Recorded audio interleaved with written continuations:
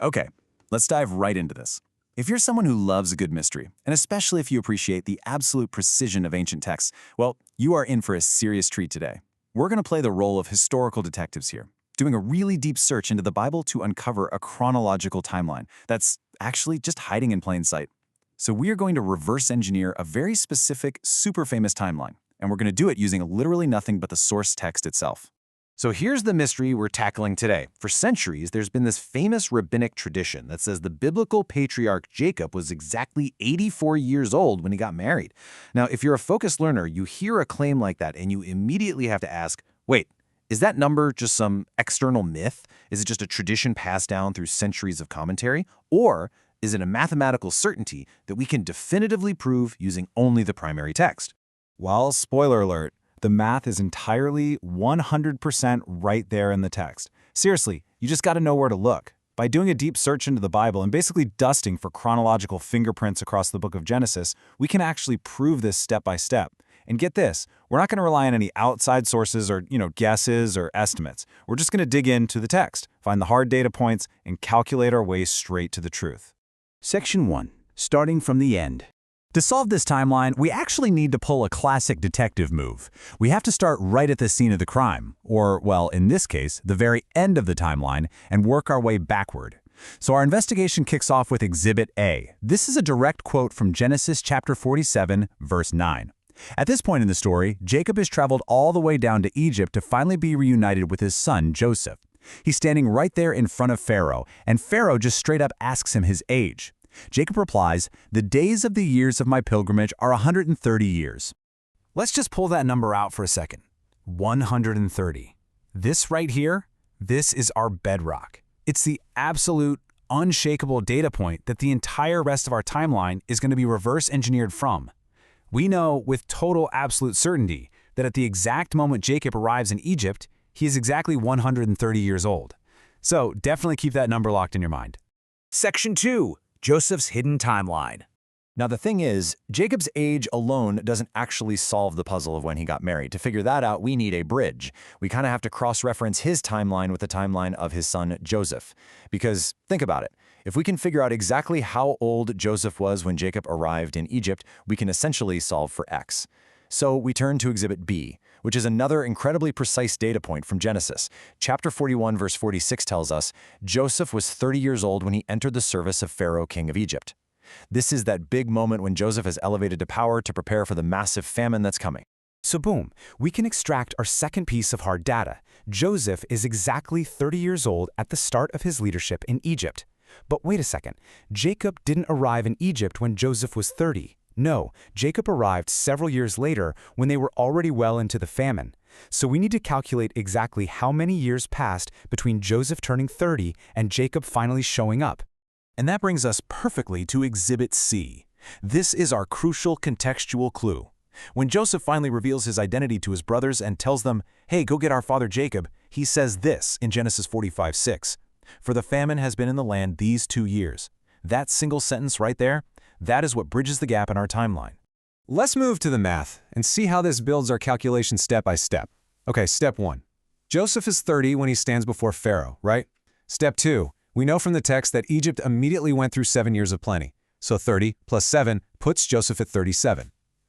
Step 3. Joseph just literally told us that 2 years of the famine have passed before he sends for Jacob, so we just add those 2 extra years. 30 plus 7 plus 2 equals 39. So we've just nailed down our next definitive milestone. When Jacob finally makes that long journey down to Egypt and stands before Pharaoh, his son Joseph is exactly 39 years old. Honestly, the internal consistency of the text is just incredible when you map it out like this. Okay, now for the fun part. We do the backward math to connect the father and the son. We know Jacob was 130 when he arrived in Egypt, and we just proved that Joseph was 39 at that exact same moment. So if we just subtract Joseph's age from Jacob's age, 130 minus 39, we get 91. Guys, this is a massive breakthrough in our investigation. We now know for an absolute fact that Jacob was exactly 91 years old when Joseph was born. We're getting so incredibly close to our goal here. Section 3. Decoding the Haran years. So we know Jacob was 91 when Joseph was born. But remember, we're trying to find his age at marriage. To find that out, we have to tackle the absolute trickiest part of this whole puzzle, decoding the years Jacob spent working for his uncle Laban back in Haran. We've got to smoothly untangle this timeline. Luckily, Genesis gives us very specific parameters for Jacob's labor. First, Genesis 29 tells us that Jacob served Laban for 7 years before he was even allowed to marry. Second, Genesis 30 tells us that Joseph was born right at the completion of Jacob's 14th year of total service, so right after the second set of 7 years he worked. And this brilliantly illustrates the exact gap we need to measure.